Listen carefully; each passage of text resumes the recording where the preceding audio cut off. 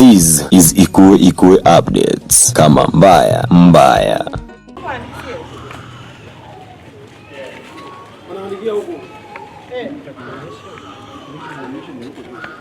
Sasa nini yeye?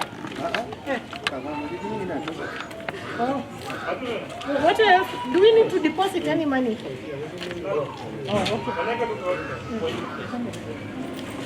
Kama mbaya mbaya. Kwa majina naitwa Nancy Wafungu.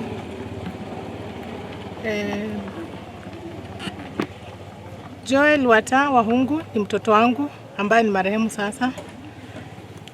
Mnamo tarehe 11 jana asubuhi, it was a Tuesday, nilipata report kutoka kwa Ikue updates, Ikue WhatsApp. Nikaona Edu alikuwa amepost ya kwamba mfanyikazi wa watu credit ambaye amepatikana Kiwanja Ndege, ameuawa. Alikuwa anajaribu kuulizia aone maafisa wa polisi wamefanya investigations gani, hata identify the relatives.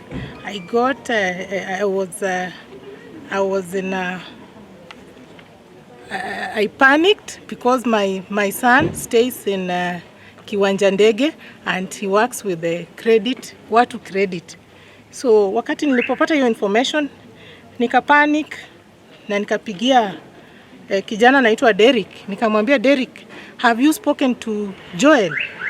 And he told me no, I spoke to him on Sunday. So nikamuuliza, na umeongea na hivi karibuni jana? Akaniambia hapana. Nikamwambia nimeona Ikue updates wamepost hapa. Unaweza, na najaribu kumpigia simu zake asiendi through. Yeye uanga na simu ya kazi na simu zake zingine 3. So 4 of them. So all of them are not going through. So I panicked. Nikamwambia, hey, can you rush to the house huko Kiwanja Ndege uconfirm nini inaweza kuwa imetendeka, kama kwa nyumba ama hapana, because hii information nikalipoa.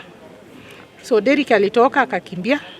Alipofika Kiwanja Ndege akaniambia, madhe, hiyo information ya Ikue ni kama ni ukweli, because hii nyumba ya senior iko na damu mingi.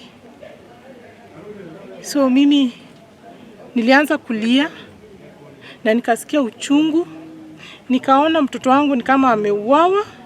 Mtoto wangu ameuawa kinyama. Mtoto wangu amenyongwa. Mtoto wangu amechinjwa kama kuku. Mtoto wangu amechinjwa kama ng'ombe.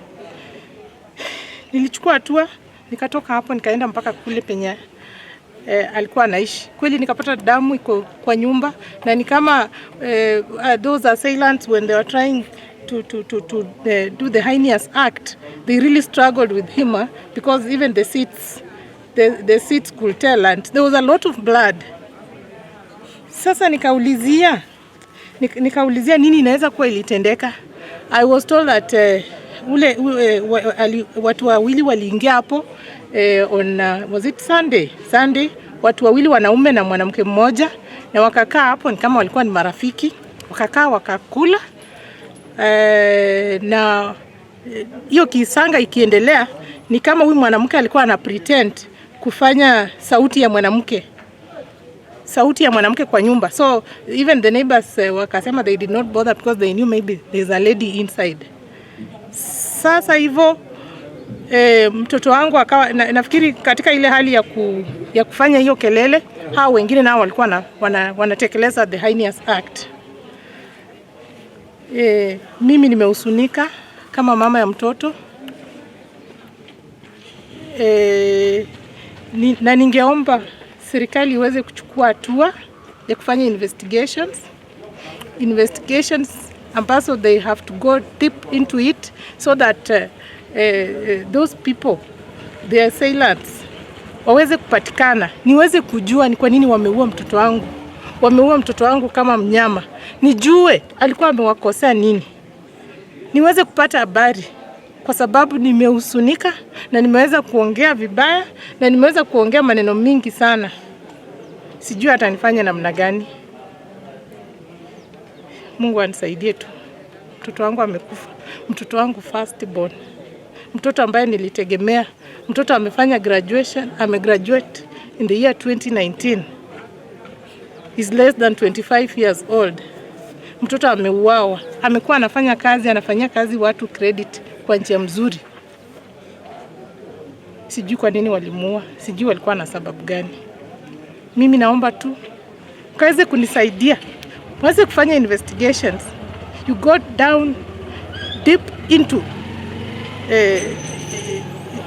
whatever investigations so that those people are brought into book.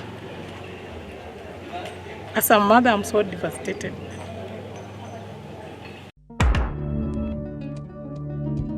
This is Ikue updates. Kama mbaya mbaya.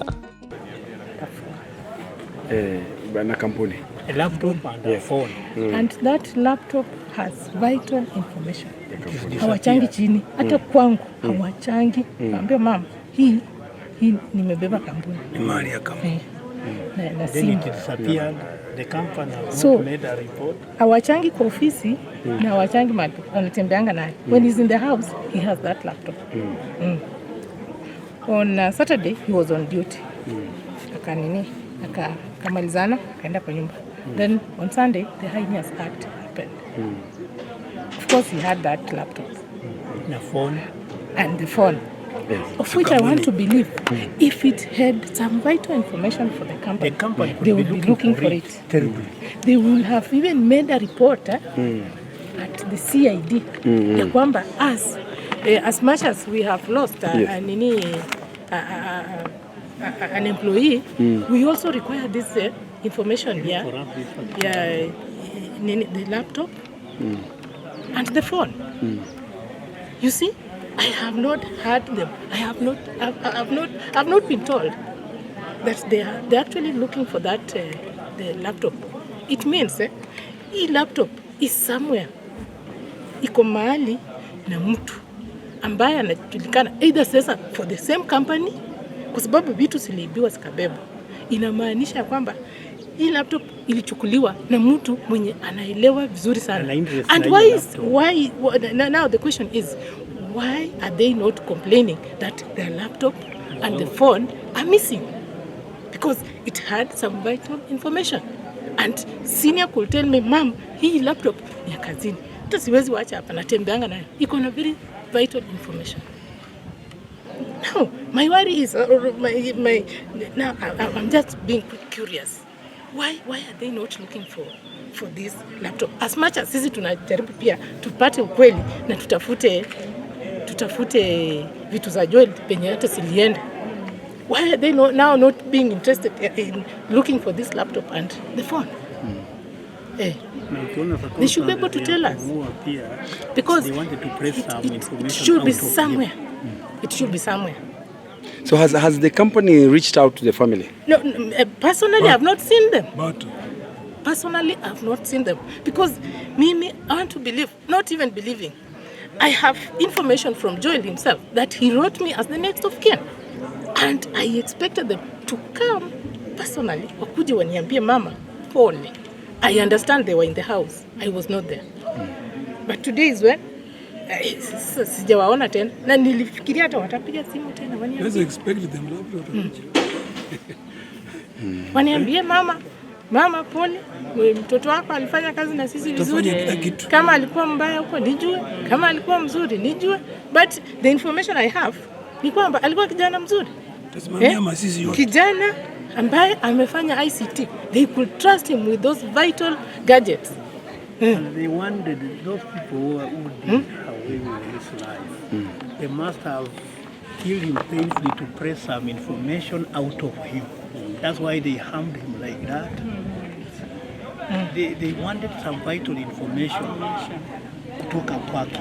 And that is why they took time punishing him like that. Maybe he was very resistant. Kufunja skali yote. Aligongwa. Aligongwa hapa kwa skull mara mbili na chuma ni chombo butu ama a blunt object. Aligongwa mara mbili.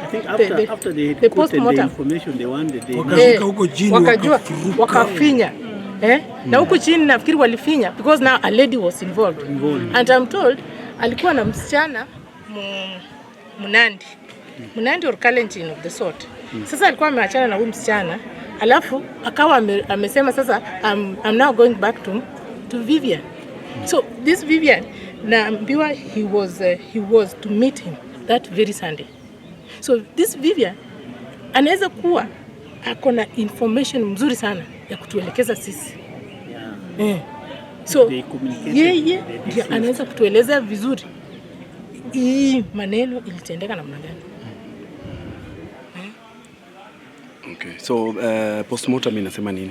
Postmortem imeeleza kwamba aligongwa na chombo putu, a blunt object, hapa kwa kichwa, hapa kwa skull, and the skull broke and brain ilimwagika.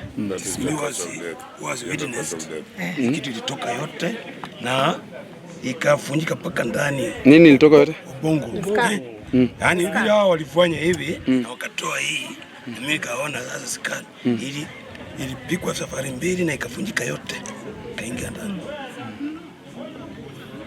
Okay, so ni hizo alama mbili tu za kichwa huko ama alikuwa na alama zingine? Some other bruises in private parts. Bruises na akona kata hapa. Hapa cut. Akona kata hapa. Hii ni kama kisu. Akona kata hapa. Hii kama kisu ilidungwa. Hiyo blood na imeshonwa. Nafikiri waliona labda damu inatoka mingi wakaamua washone to contain your blood. And then he has some bruises vile walikuwa na struggle. And then alifinywa huku chini. Alifinywa kabisa.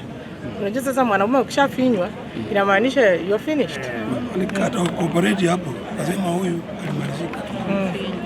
Hakuwa na neno ya kuongea. So they had malice. They had malice with them. They had that intention of killing him. Na wakafanya na wakamaliza. We are very bitter. Tumehusunika na hata hatujui tuseme nini. Tunaomba tu mtusaidie kwa hizi investigations, tupate hao watu na tujue walikuwa na motive gani. Wetu tunaenda kuzika, hao watatembea, na mimi naomba Joel atembee na hao moja kwa moja, na walifanya usiku, wacha waanike mchana, tunataka tuwaone. Tunataka tuwaone, damu ya Joel isiende bure.